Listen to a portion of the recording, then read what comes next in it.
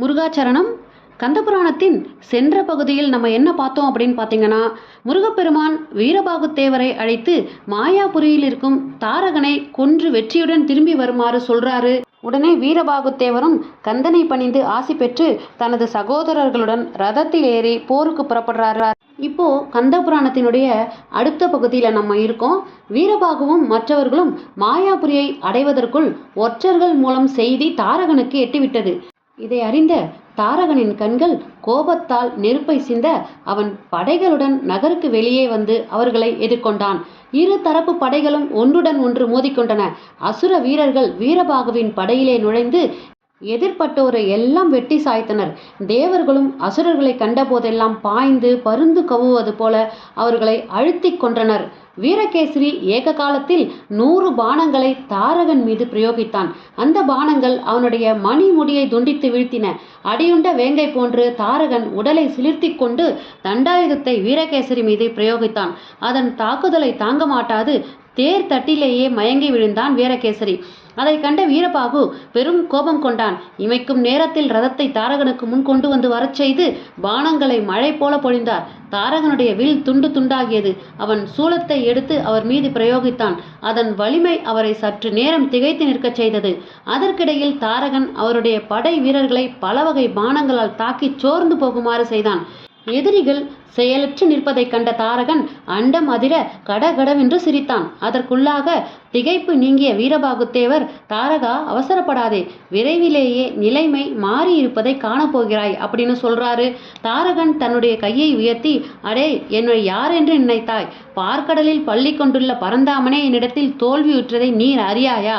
அவர் பிரயோகித்த சக்கராயுதம் என் கழுத்துக்கு ஆபரணமாக விளங்குவதை பார் என்று எக்காலமிட்டவனாய் பாணங்களை பிரயோகித்தான். அசுரன் எடுத்த பாணங்களை வீரபாகுத்தேவர் தம்மை நெருங்கும் முன்பே எதிர்பாணங்களால் துண்டித்து வீழ்த்தினார். தாரகன் ஆக்னேயாஸ்திரத்தை பிரயோகித்த போது அதே அஸ்திரத்தால் அதை தடுத்து வலுவிழக்கச் செய்தார் வீரபாகுத்தேவர். அதை கண்ட தாரகன் மாயையால் பல்வேறு வடிவங்களை கொண்டு ஏக காலத்தில் 4 பக்கங்களிலிருந்தும் அவரை எதிர்த்தான். வீரபாகுத்தேவர் மிகுந்த கோபத்தோடு வீரபத்ராஸ்திரத்தை விடுத்தார். சூரியனை கண்ட பனி போல அசுரனுடைய மாயைகள் எல்லாம் மறைந்தன. தாரகன் யுத்த களத்தை விட்டு நீங்கி பிரளஞ்சிக்கிரியில் சென்று ஒளிந்து கொண்டான்.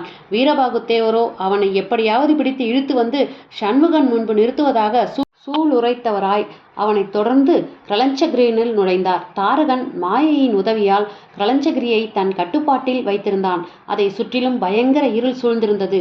உள்ளே நுழைந்த வீரபாகுத்தேவர் மாயையால் உண்டாக்கப்பட்ட அந்த இருளிலே எதையும் காண முடியாது தவித்தார் போலும்.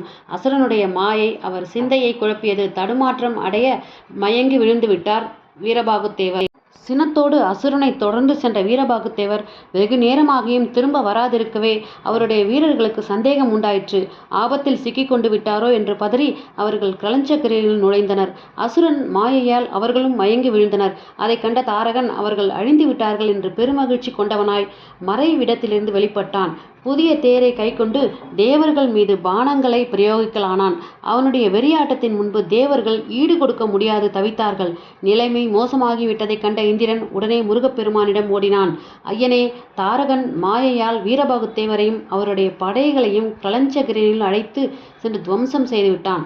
அசுரனுடைய பான பிரயோகங்களால் தேவர்கள் அலைபாய்கின்றனர் அப்படின்னு சொல்றாரு. சண்முகன் தாமே எதிரில் சென்று அசுரனை ஒழித்து அனைவரையும் மீட்டு வருவதாக புறப்படுறாரு. அவருடைய வீராவேசத்தை கண்ட வாயுதேவன் ரதத்தை வேகமாக செலுத்துறாரு. யுத்த களத்திலே வந்து இறங்கிய முருகனை கண்டதும் எஞ்சிய பூதப்படைகளும் தேவர்களும் அவரை சூழ்ந்து கொண்டனர். இறைவன் திருக்குமாரனே தங்களை ரட்சிக்க வந்திருப்பதாக கண்டதும் வீரர்களுக்கு உற்சாகம் தாங்கவில்லை. அவர்கள் அளவற்ற ஆனந்தத்தால் அசுரர்களை மாய்ப்போம் என்று கோஷமிட்டு கொண்டு அசுரப்படை மீது பாய்ந்து தாக்கினர். இந்த முறை அசுரர்கள் நிலை குலைந்து நாலாபுரமும் ஓடலாயினர். தாரகன் அவர்களை அடக்கி ஒன்றுபட செய்ததோடு சரவணன் முன்பு வந்து, அடே மகேஸ்வர இடத்தில் எங்களுக்கு ஒரு பகையும் இல்லை. அவ்விதம் இருக்க எங்களை எதிர்க்க அவர் மகனாகிய நீ ஏன் வந்தாய் என்று அப்படின்னு கேட்கிறாரு. தாரகா, உன்னிடத்திலும் எனக்கு பகை என்பது இல்லை. ஆனால் நீயும் உன்னை சேர்ந்தோரும் எந்தவித காரணமுமின்றி தேவர்களுக்கு தாங்க முடியாத கஷ்டங்களை தந்து வருகின்றீர்கள். தர்மத்தை நிலைநிறுத்துவது எங்கள் பொறுப்பாகையால் உங்களால் ஏற்பட்டு வரும் துன்பங்களுக்கு ஓர் முடிவு காணவே நான் வந்திருக்கின்றேன். தேவர்களுக்கு எவ்வித தீங்கும் இழைப்பது இல்லை என வாக்களித்தால் இப்போதும் நாங்கள் திரும்பி விடுகின்றோம் அப்படின்னு முருகப்பெருமான் சொல்றாரு.